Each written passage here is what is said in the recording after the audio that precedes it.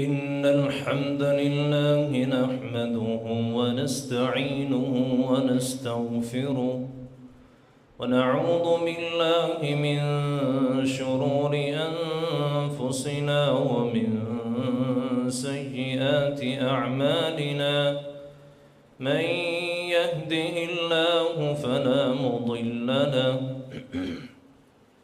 ومن يضلل فلا هادي له أشهد أن لا إله إلا الله وأشهد أن محمدًا عبده ورسوله أما بعد فإن خير الحديث كتاب الله وخير الهدي هدي محمد صلى الله عليه وسلم وشر الأمور محدثاتها وكل محدثة بدعة وكل بدعة ضلالة وكل ضلالة في النار.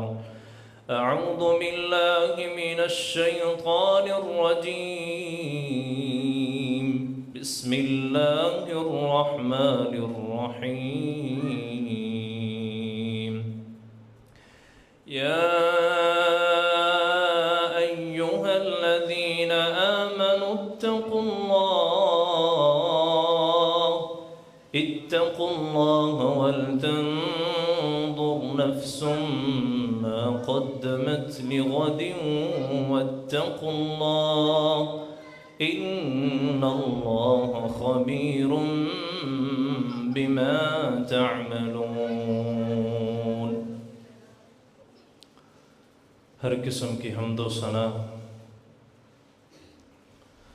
زبردستوں کے زبردست، شہنشاہوں کے شہنشاہ، بادشاہوں کے بادشاہ، سمندروں کو، چرندوں پرندوں، زمین و آسمان کو بنانے والا، اور درود و سلام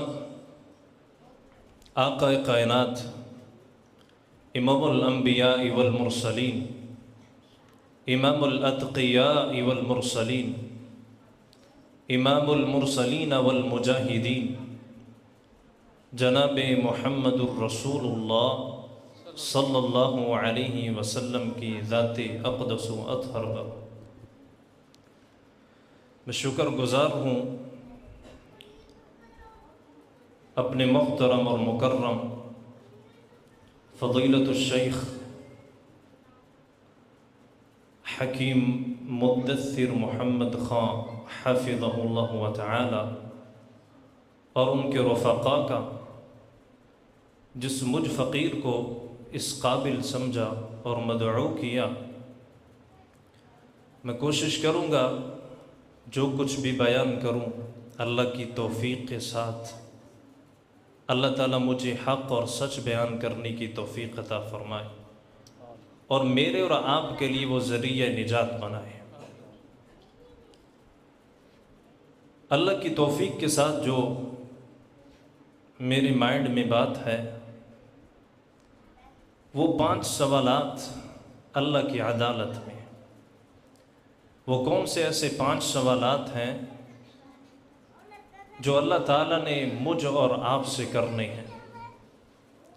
ہمیں ان 5 سوالوں کے جوابات کو تیار کرنا ہے اور ان 5 سوالوں کے لیے ہم نے کہاں تک تیاری کی ہے اور مزید ہم نے کیا کرنا ہے.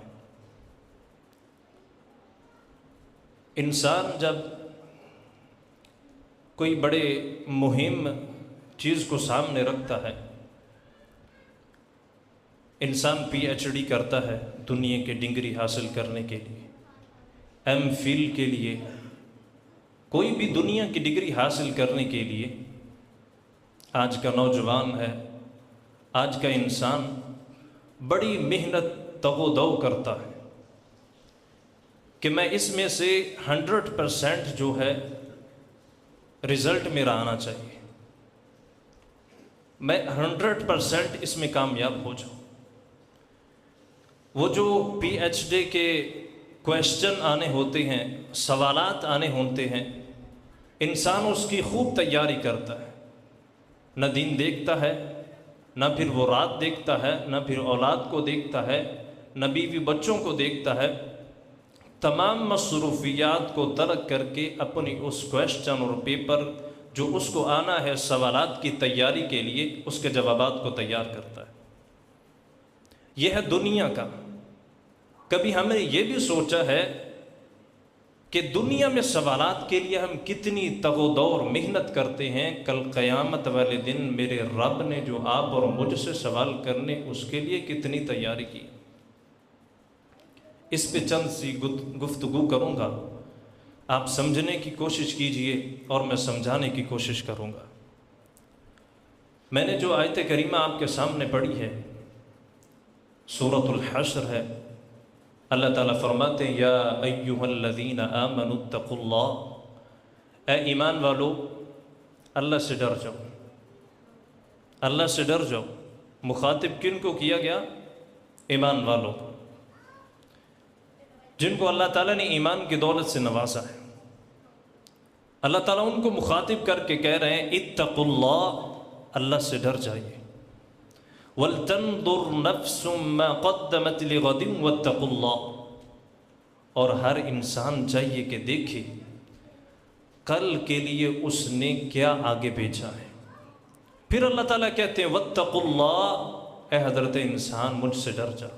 ان اللہ خبیر بما تعملون، اس بات کو اپنی ذہن نشین رکھنا کہ اللہ تعالیٰ میں جو اللہ ہوں، جو تم عمل کرتے اس سے باخبر ہوں۔ اب یہاں اللہ تعالیٰ ہمیں حکم دے رہے ہیں ایمان والوں کو کہ تم نے کل قیامت والے کے دن کتنی تیاری کی ہے، اور جو سوالات کل تمہیں کیے جائیں گے اس کے لیے کتنی تم نے تیاری کی ہے۔ وَلْتَنْظُرْ نَفْسٌ مَّا قَدَّمَتْ لِغَدٍ وَاتَّقُوا اللَّهَ، یا حکم دیا جا رہا ہے کہ حضرت انسان کل کے لیے تو نے کیا بھیجا ہے، کل کے لیے کیا تیاری کی۔ جامع الترمذی کی روایت ہے، ابو برزہ اسلمی رضی اللہ تعالی عنہ بیان کرتے ہیں اللہ کے رسول صلی اللہ علیہ وسلم نے فرمایا لا تزول قدم ابن آدم، اللہ تعالی ابن آدم انسان کے قدم اس وقت تک ہٹنے نہیں دیں گے یوم القیامت من عند ربہ حتی یسأل عن خمس، اللہ تعالیٰ انسان کے اس وقت قدموں کو ہٹنے نہیں دے گا جب تک وہ اللہ تعالیٰ کو 5 سوالوں کے جواب نہیں دے سکے گا۔ انسان اپنے قدم کو ہٹا نہیں سکے گا۔ اتنا خوفناک منظر، جہاں اس کا قدم ہے وہی قدم رہے گا۔ آج اگر ہم پی ایچ ڈی کا کوئی امتحان دینے جاتے ہیں نا تو ہمیں سر کہہ دیتا ہے کہ یہاں کھڑے ہو جاؤ، تم نے یہاں سے ہلنا نہیں ہے۔ ہم بڑی پوزیشن کے ساتھ کھڑے ہو جاتے ہیں، کہیں اس کی وجہ سے میرے نمبر نہ کٹ جائے، کہیں مجھے نقصان کا سامنا نہ کرنا پڑے۔ اسی طرح اللہ تعالیٰ کے رسول صلی اللہ علیہ وسلم نے فرمایا لا تزول قدم ابن آدم یوم القیامہ، انسان کے اس وقت تک قدم ہٹ نہیں سکیں گے اللہ کے تعالیٰ سے حتی یسأل عن خمس، جب تک کہ 5 سوالات کے جوابات نہیں دے سکے گا۔ وہ کون سے سوالات ہیں جو آج کا میرا موضوع بھی ہے اور آپ کو سمجھانے کی کوشش بھی کر رہا ہوں۔ سب سے پہلا عن عمرہ فیما افنی، حضرت انسان، ہر انسان سے سوال ہو، بتا انسان ذرا تجھے میں نے 70-60 سالہ زندگی دی تھی، اس کو کہاں کھپا کے آیا ہے، اس کو کہاں ختم کر کے آیا؟ یہ 60-70 سالہ تجھے زندگی دی تھی، تجھے یہ کیا اس چیز کا بھی علم تھا کہ میں نے ان 60 اور 70 سالوں کے حساب اور کتاب کرنا ہے، تجھ سے سوال کرنا ہے؟ کیا تیرے ذہن میں یہ بات تھی؟ 60-70 سالہ زندگی اپنی آسائشوں اور آرام میں گزار دی، رب کی نافرمانیوں میں گزاری ہے یا رب کی فرما برداریوں میں گزاری ہے؟ آج ان 60 اور 70 سالوں کا حساب دے۔ جب تک تو اس کا حساب نہیں دے سکے گا تو قدم نہیں ہٹا سکے گا۔ اتنا خوفناک منظر ہمیں بھی دیکھنا ہے۔ کتنی زندگی بیت گئی ہماری، ہم سے بھی کل سوال ہوگا عن عمرہ فیما افناہ، کیا اس کا ہمارے پاس جواب ہے کہ نہیں؟ ان 70 اور 60 سالہ زندگی میں جب اللہ تعالی ہم سے سوال کریں گے، کیا ہم اس کا جواب دے سکیں گے کہ نہیں؟ رب کی نافرمانیوں میں زندگی گزارتا رہا کہ یا رب کی فرما برداریوں میں زندگی گزارتا رہا؟ ذرا آج بتا تجھے، اس وقت تک قدم نہیں ہٹا سکے گا۔ دوسرا سوال ہوگا عن شبابہ فیما ابلا، اے نوجوان ذرا اپنے نوجوانی کا حساب دے۔ آج تو جوانی گزار کے آیا تھا، علماء نے لکھا ہے عمر کے بارے میں بھی سوال ہونا ہے، پھر جو جوانی کے بارے میں وہ بھی ایک عمر ہی ہے۔ علماء نے اس کا پھر جواب یہ دیا ہے کہ جو جوانی کی عمر ہوا کرتی ہے یہ بڑی نشیط ہوا کرتی ہے، قوت والی ہوا کرتی ہے۔ انسان جو اس جوانی والی عمر میں عبادت کر سکتا ہے وہ بڑھاپے میں نہیں کر سکتا، اس لیے اس کا علیحدہ سوال کیا جائے گا۔ وعن شبابہ فیما ابلا، بتا اے حضرت انسان نوجوان، تجھے جوانی دی تھی، جوانی کہاں صرف کر کے آیا، کہاں کھپا کے آیا ہے؟ تیرے میرے پاس کیا جواب ہے کہ نہیں اس کا؟ کیا اللہ تعالی ہمیں اس کا موقع نہیں دیا ہے؟ اللہ تعالیٰ نے آج ہمیں جوانی دی ہے، قوت دی ہے، سمجھ اور عقل دی ہے، تو کیا پھر ہم رب کی نافرمانیوں میں گزاریں گے یا رب کی فرما برداریوں میں گزاریں گے؟ نوجوان کیا تو جواب دے گا؟ میں ٹک ٹاک بناتا زندگی گزار دی میں ٹک ٹاک بناتے ہوئے اپنی جوانی کو کھپا دیا، میں ٹک ٹاک بناتے ہوئے اپنے آپ کی پرسنالٹی کو بہتر کرنے لیے، اپنے آپ کو ٹاپ دکھانے کے لیے میں نے دنیا میں آسائشوں کے لیے ٹک ٹاک کا سہارا لیا تھا۔ کیا کل تو یہ جواب دے گا؟ یا پھر شرابوں اور کبابوں میں زندگی گزار دی تو نے؟ اے جوان تجھے ہوش کے ناخن لینے ہوں گے، کل تجھ سے یہ سوال کیا جائے گا۔ یا پھر رات کو چوکوں اور چوراہوں میں زندگی تو نے گزار دی، یا رب کو رات کو مصلوں پہ تو نے زندگی گزاری؟ آج اس کا حساب دے، اس وقت تک قدم نہیں ہلا سکے گا جب تک تو اس کا جواب نہیں دے سکے گا۔ یا لوگوں کی عزتوں کو پامال کرتا رہا ہے تو اس جوانی کی قوت تجھے اس لیے دی تھی، وَمَا خَلَقْتُ الْجِنَّ وَالْإِنسَ إِلَّا لِيَعْبُدُونَ، اللہ نے تجھے زندگی اس لیے دی تھی تو میری عبادت کرے۔ کیا تو جوانی میں میری عبادت کر کے آیا ہے؟ وہ نوجوان جو رب کی عبادت میں زندگی گزارتا ہے، کل قیامت والے دن اللہ تعالیٰ اسے عرش سے نوازے سے۔ سبعۃ یظلھم اللہ فی ظلہ یوم لا ظل الا ظلہ، اللہ کے رسول صلی اللہ علیہ وسلم فرماتے ہیں قیامت والے دن کوئی سایہ نہیں ہوئے گا سوائے میرے رب کے عرش کے سائے، اور سات ایسے خوش نصیب لوگ ہوں گے جن کو اللہ تعالیٰ وہ عرش کا سایہ نصیب کرے گا۔ ان میں سے ایک وہ نوجوان بھی ہے، وَشَابٌ نَشَأَ فِي عِبَادَةِ اللَّهِ، وہ نوجوان جس نے زندگی گزاری، اپنی جوانی گزاری رب کی عبادت میں گزاری، رب کی نافرمانیوں میں نہیں گزاری۔ وہ زندگی گزارتا رہا تو رب کی رضا کے لیے گزارتا رہا، محرمات کو چھوڑا، رب کی نافرمانیوں کو اس نے چھوڑا، کس لیے؟ اللہ کو راضی کرنے کے لیے۔ اس کی راتیں بسر ہوتی ہیں تو رب کی یاد میں گزرتی ہیں، اس کی راتیں گزرتی ہیں تو مصلی پہ گزرتی ہیں، اس کی راتیں گزرتی ہے تو قرآن پڑھتے ہوئے نکل جاتی ہے، اس کی جوانی اور اس کی جوانی کی عمر اگر گزرتی ہے تو رب کے قرآن میں گزرتی ہے، رب کی فرما برداری میں گزرتی ہے۔ کل قیامت والے دن اس نوجوان کو جو رب کی عبادت میں جوانی گزارے گا، کل قیامت والے دن کوئی سایہ نہیں ہوئے گا، انسان نفس و نفسی کے عالم ہوگا، پسینے میں ڈوبے ہوئے ہوں گے، لیکن یہ نوجوان رب کے عرش کے سائے میں ہوگا۔ رسول اللہ صلی اللہ علیہ وسلم فرماتے ہیں ان اللہ لا یعجب، اللہ تعالیٰ اس بندے سے بڑا ہی خوش ہوتے ہیں، اس نوجوان سے بڑے ہی خوش ہوتے ہیں جو نوجوان رب کے لیے محرمات کو چھوڑ دیتا ہے، رب کی نافرمانیوں کو اللہ کو بڑا ہی بندہ وہ پسند ہے جو رب کے لیے اپنی جوانی کو کھپا دیتا ہے۔ کیا آج کا نوجوان ایسا ہے؟ کہاں سے لاؤں مثالبہ بن عبد الرحمن رضی اللہ تعالی عنہ،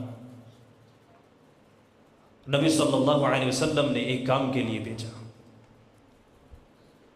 کام جاتے ہوئے راستے میں ایسا ہوا، دروازے پہ پردہ لٹکا ہوا تھا، پردہ تھوڑا سا ہٹتا ہے اور اچانک کیا دیکھتا ہے، ایک عورت ہے جو غسل کر رہی تھی،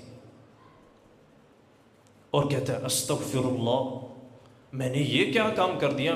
رسول اللہ صلی اللہ علیہ وسلم نے مجھے کس کام کے لیے بھیجا تھا اور میں نے یہ کیا کام کر دیا؟ وہاں سے دوڑتا اور بھاگتا ہے، صحراؤں اور پہاڑوں میں چلا جاتا ہے۔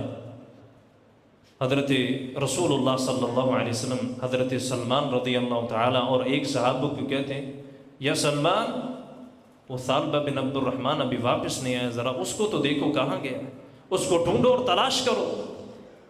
تلاش کیا جاتا ہے لیکن نہیں ملتے۔ حضرت سلمان رضی اللہ تعالیٰ عنہ، ایک صحابی جو آپ کے ساتھ تھے رضی اللہ عنہ، ان کو ایک بندے سے ملاقات ہوتی، وہ پوچھتے ہیں کیا تم نے ثعلبہ بن عبد الرحمن کو دیکھا ہے؟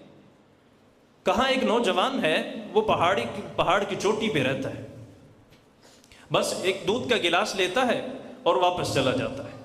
اتنی ملاقات ہمارے ساتھ ہوتی ہے۔ سلمان رضی اللہ تعالی عنہ جاتے ہیں اور کہتے ہیں ثعلبہ، اللہ کے رسول صلی اللہ علیہ وسلم تجھے پکار رہے ہیں اور تجھے کام کے لیے بھیجا تھا، تو کہاں چلا گیا؟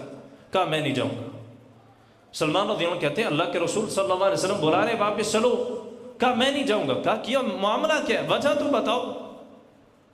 کہا میں راستے میں سے گزر رہا تھا، اللہ کے رسول صلی اللہ علیہ وسلم نے کام کے لیے بھیجا تھا، میں نے اچانک دیکھا ہے پردہ ہٹا ہے دروازے سے اور عورت غسل کر رہی تھی، اور ایک دو نظریں میری پڑ گئی ہیں، اور میں نے اتنا بڑا گناہ کر رہا ہے کہ میں رب کے اللہ کے رسول صلی اللہ علیہ وسلم کا سامنا کرنے کے لیے تیار نہیں۔ اور آج کا نوجوان کیا ہے؟ رات کو کمرے کو تالا لگاتا ہے، پھر بستروں میں جاتا ہے، نیٹ کو آن کرتا ہے۔ یہ آج کا ہمارا نوجوان ہے۔ کیا تجھے گناہ سے ڈر نہیں لگتا؟ رب کی نافرمانی سے ڈر نہیں لگتا؟ لیکن آج کا نوجوان اپنے رب کے جو خوف دل میں بٹھانا تھا اس کو نکال چکا ہے۔ اور ایک طرف صحابی رسول ثعلبہ بن عبد الرحمن واپس آتے ہیں، رسول اللہ صلی اللہ علیہ وسلم سے ملتے، کہا یہ معاملہ ہوا تھا اس لیے میں واپس نہیں آ رہا تھا۔ کہا کیا چاہتے ہو؟ کہا اللہ سے توبہ چاہتا ہوں۔ کہا تجھے توبہ مل گئی، یہ تیری ندامت اور جو تو نے یہ استغفر اللہ کہا اور تو نے یہ جو ڈر اور خوف اپنے دل میں بٹھایا تھا، اس کی وجہ سے اللہ تعالیٰ نے تجھے معاف کر دیا۔ کیا آج کا نوجوان ایسا ہے؟ وہ تو بڑی تسلی کے ساتھ ننگی ویڈیو کو دیکھتا ہے، فحاشی اور عریانی کو پامال کرتا ہے، فحاشی اور عریانی کو فروغ دیتا ہے۔ ان الذين يحبون ان تشيع الفاحشة في الذين آمنوا لهم عذاب أليم في الدنيا والآخرة والله يعلم وأنتم لا تعلمون۔ کبھی یہ سورۃ النور کی تو نے آیت پڑھی ہے؟ جو فحاشی اور عریانی کو فروغ دیتا ہے، کل قیامت والے دن اللہ تعالیٰ اس کو دردناک عذاب سے دوچار کرے۔ آج کا ہمارا نوجوان کس جگہ کھڑا ہوا ہے؟ تیسرا سوال کیا ہوگا؟ وَمَالِهِ مِنْ أَيْنَ اكْتَسَبَ۔ اے حضرت انسان بتا، تجھے میں نے مال دیا تھا، ریل پیل تیرے قدموں میں ڈالی تھی، بینک بیلنس تجھے دیا تھا، ذرا بتا تو صحیح وہ کہاں سے کمایا تھا؟ اس کا حساب دے آج۔ اس وقت تک تو قدم نہیں ہلا سکے گا جب تک تو اس مال کا حساب نہیں دے سکے گا۔ من این اکتسبہ، بتا تو نے کمایا کہاں سے تھا؟ اور آج کے ہمارے مالدار، ان کو کوئی تمیز نہیں ہے، حلال سے آئے حرام سے آئے، جہاں کہیں مرضی سے آ جائے، سود خواری سے آتا ہے تو آ جائے۔ ہماری زندگی خوشگوار ہونی چاہیے، آسائشوں کے ساتھ زندگی گزرنی چاہیے۔ پریشانیوں والی، مصیبتوں اور آفات والی زندگی ہم نہیں گزار سکتے، لیکن ہم اگر زندگی گزاریں گے، مال جہاں سے بھی آتا ہے آئے، لیکن ہم اس کی پرواہ نہیں کریں گے۔ ہماری اولادیں تو خوشگوار ہیں، میرے بیوی اور بچہ آسائشوں کے ساتھ تو رہتا ہے، اے سی چلتا ہے کہ نہیں، ہماری 3 وقت کا کھانا ہمیں میسر ہے کہ نہیں۔ آج کا مالدار یہ سوچتا ہے، لیکن یہ نہیں سوچتا میں نے کہاں سے کمایا ہے، اپنی بیوی بچوں کے جو پیٹ میں میں نے ڈالنا ہے، کیا یہ حرام کا ہے یا حلال کا ہے؟ اگر حلال کا ہوا تو آج بھی امام بخاری رحمہ اللہ پیدا ہو سکتے ہیں۔ امام بخاری رحمہ اللہ کے والد محترم محمد بن اسماعیل وہ کہا کرتے تھے، مجھے ایک بھی شبہ نہیں ہے اپنے مال میں سے جو میں نے کمایا ہے۔ امام بخاری رحمہ اللہ کے جو والد محترم تھے بڑے مالدار تھے، کہا ایک بھی شبہ مجھے نہیں ہے کہ اس ایک لقمے میں بھی حرام کا کوئی شبہ، کہا مجھے ایک بھی شبہ نہیں ہے۔ اس شبے کو دور کیا، حرام کا پیسہ نہیں کمایا، حلال کھلایا ہے، تو آج پھر اللہ تعالیٰ نے امام بخاری رحمہ اللہ کا نام زندہ رکھا ہے۔ ہمارے آج ہاں اس کی تمیز ہی ختم ہو چکی ہے۔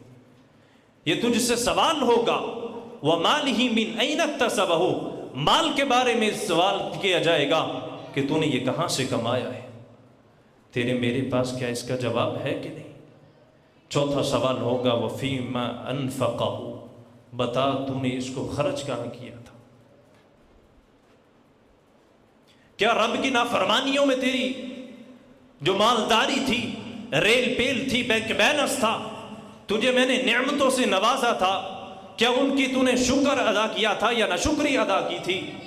آج بتا تو نے اس کو خرچ کیا کیا، یا کنجروں میں تو نے لوٹایا ہے، یا رب کی نافرمانیوں میں، فلمیں دیکھنے میں اور رب کی نافرمانیوں میں گزارا ہے، یا رب کی فرما برداری میں ان مال کو لگایا؟ کیا تیرے میرے پاس اس کا جواب ہے؟ بس ہمارے پاس پیسہ آنا چاہیے کہیں سے، یہ نہیں ہم نے دیکھنا کہ حلال کی جگہ خرچ کر رہے ہیں یا حرام کی جگہ خرچ کر رہے ہیں، بس خرچ ہم نے کرنا۔ لیکن یہ یاد رکھنا تیرے قدم اس وقت تک ہل نہیں سکیں گے جب تک اس مال کا حساب نہیں دے سکے گا تو نے کہاں خرچ کیا۔ کیا تو نے یتیموں پر خرچ کیا، مساجد پر خرچ کیا تھا، نیک لوگوں پر خرچ کیا تھا کہ نہیں کیا تھا؟ ذرا آج بتلا تو صحیح۔ یا پھر رب کی نافرمانیوں میں ہی سارا مال اپنا لوٹا دیا تھا؟ پانچواں سوال ہوگا، اللہ تعالیٰ کے رسول صلی اللہ علیہ وسلم فرماتے ہیں وَمَاذَا عَامِلَ فِيمَا عَلِمَ، اے حضرت انسان بتا تجھے تو علم جو دیا تھا کتنا اس کے مطابق عمل کیا ہے؟ تجھے علم دیا تھا، عالم دین تو بن گیا، قاری قرآن بن گیا، علم دین سے تجھے نواز دیا گیا، بتا یہ بھی تو نے اس کے مطابق کتنا عمل کیا ہے؟ ہمارے ان علماء اور خطباء اور مجھ اور آپ سے پوچھا جائے گا، تجھے علم تو عطا کر دیا گیا تھا، علم دین سے تجھے نور تو یہ عطا کر دیا تھا، بتا یہ تو صحیح اس کے مطابق کتنا عمل کیا ہے؟ اللہ کے رسول صلی اللہ علیہ وسلم فرماتے ہیں ایک شخص کو لایا جائے گا اور اس سے پوچھا جائے گا علم کے حوالہ سے، اس کو جہنم میں ڈال دیا جائے گا۔ جب جہنم میں ڈال دیا جائے گا اہل جہنم اس کے قریب ہو جائیں گے، اے عالم، اے قاری قرآن، تو بتا تو صحیح، تو ہمیں نیکی کا حکم دینے والا تھا، برائی سے روکنے والا تھا، یہ کیا معاملہ اور کیا ماجرا ہے؟ آج تو بھی ہمارے ساتھ جہنم میں ہے۔ تو بڑا عالم بنا پھرتا تھا، تجھے تو اپنے علم پر بڑا مان تھا، تو اپنا آپ کو علم کا پہاڑ کہا کرتا تھا، آج تو بھی ہمارے ساتھ جہنم میں ہے، کیا ماجرا اور کیا معاملہ ہے؟ کہاں بالکل صحیح کہہ رہے ہو، تو اللہ نے علم دیا تھا لیکن میں نے اس کا استعمال صحیح نہیں کیا۔ میں تمہیں نیکی کا حکم دیا کرتا تھا لیکن خود اپنے آپ کو بھول جایا کرتا تھا، تمہیں برائی سے روکا کرتا تھا لیکن خود اس برائی کا ارتکاب کیا کرتا تھا۔ اٹھاؤ اللہ کی قسم، صحیح بخاری اور صحیح مسلم کی روایت۔ ایک اور روایت اللہ کے رسول صلی اللہ علیہ وسلم فرماتے ہیں، صحیح بخاری کی روایت ہے، کتاب و تعبیر الرؤیا، باب تعبیر الرؤیا بعد صلاۃ الصبح کی سب سے پہلی روایت ہے۔ اللہ کے رسول صلی اللہ علیہ وسلم کو سیر کروائی کی. 2 فرشتے آتے ہیں آپ کے پاس، آپ کو کہتے ہیں چلیے ہمارے ساتھ، لے کر چلتے ہیں اور بہت سارے مقامات پر لے کے جاتے ہیں. ایک مقام اور ایک جگہ ایسی بھی آتی ہے، ایک فرشتہ انسان کو لٹایا ہوا ہے اور ایک سر کے کھڑا ہوا ہے سر کی طرف اور ایک پاؤں کی طرف کھڑا ہوا ہے. جو سر کی طرف فرشتہ کھڑا ہوا ہے بڑا بھاری پتھر پکڑتا ہے اور اس کے سر پہ دے مارتا ہے اور اس کا سر کچلا جاتا ہے. پتھر دور جا کے گرتا ہے. جب وہ فرشتے پتھر کو لینے جاتے ہیں، جب واپسی آتے ہیں تو اسی طرح اس کا سر بالکل ٹھیک ہو جائے گا. فرشتے پھر اس کے سر پہ پتھر مارتے ہیں، پھر اس کا سر کچلا جاتا ہے، توڑ پھوڑ کر دیا جاتا ہے، پتھر پھر دور جا کے گرتا ہے. معاملہ یہی چل رہا ہوتا ہے. اللہ کے رسول صلی اللہ علیہ وسلم پوچھتے ہیں ذرا بتلائیے تو صحیح، یہ بدبخت اور بد نصیب انسان کون ہے جس کے سر پہ پتھر مارے جا رہے ہیں اور اس کے سر کو کچلا جا رہا ہے، اس کے سر کو پھوڑا جا رہا ہے؟ یہ بد نصیب کون ہے؟ ذرا اس کے بارے میں تو بتائیں. پھر فرشتوں نے بتلایا یہ وہ آدمی ہے جب نماز کا وقت ہوا کرتا تھا تو یہ بندہ سویا ہوا ہوتا تھا، اور یہ وہ بندہ ہے جو حافظ قرآن تھا، قرآن کا علم اس کے پاس تھا اور قرآن کو یاد کرنے کے بعد اس نے بھلا دیا تھا، اس پر عمل نہیں کرتا تھا. نماز کے وقت انسان سو جایا کرتا تھا، آج اس کا معاملہ اس وجہ سے ہو رہا ہے. کیا نماز کے وقت ہم بھی سوئے ہوئے ہوتے ہیں یا مسجد کی طرف آ جاتے ہیں؟ اس کا تمہیں حساب دینا ہوگا. پوچھا جائے گا 60 سال 70 سال زندگی تجھے دی تھی، کتنی نمازیں تو نے پڑھی ہیں اور کتنی چھوڑی ہیں، کتنی جماعت کے ساتھ پڑھی ہیں اور کتنی تکبیر اولیٰ کے ساتھ پڑھی ہیں، اور تم نے کتنی جماعت کو لیٹ کر کے پڑھی ہے، کتنی تم نے منافقوں جیسے نمازیں پڑھی ہیں. آج اس کا سب کا حساب دے دو. صحیح مسلم کی روایت اللہ کے رسول صلی اللہ علیہ وسلم فرماتے ہیں اغتنم خمسا قبل خمس. اے حضرت انسان، اللہ کے رسول صلی اللہ علیہ وسلم فرماتے ہیں 5 چیزوں کو 5 چیزوں سے قبل غنیمت جانو. 5 چیزوں کے واقع ہونے سے پہلے 5 چیزوں کو تم غنیمت سمجھنا. شبابہ کا قبل حرامی کا، تجھے نوجوانی دی ہے، میں نے جوان دیا ہے، قوت اور تندرستی عطا کی ہے، اس کو بڑھاپے سے پہلے غنیمت سمجھنا. اس لیے کہ جو بڑھاپے میں انسان عبادت کرتا ہے وہ جوانی کا مقابلہ نہیں کر سکتا. وہ شاب نشأ فی عبادت اللہ کا مصداق اگر بننا چاہتا ہے تو بڑھاپے سے پہلے اپنی جوانی کو غنیمت سمجھو. وصحتک قبل سقمک، آج تجھے صحت دی ہے، بیماری سے پہلے اس کو غنیمت سمجھ لے. آج تجھے صحت دی ہے، تندرستی عطا کی ہے، تو اس کو غنیمت سمجھ لے.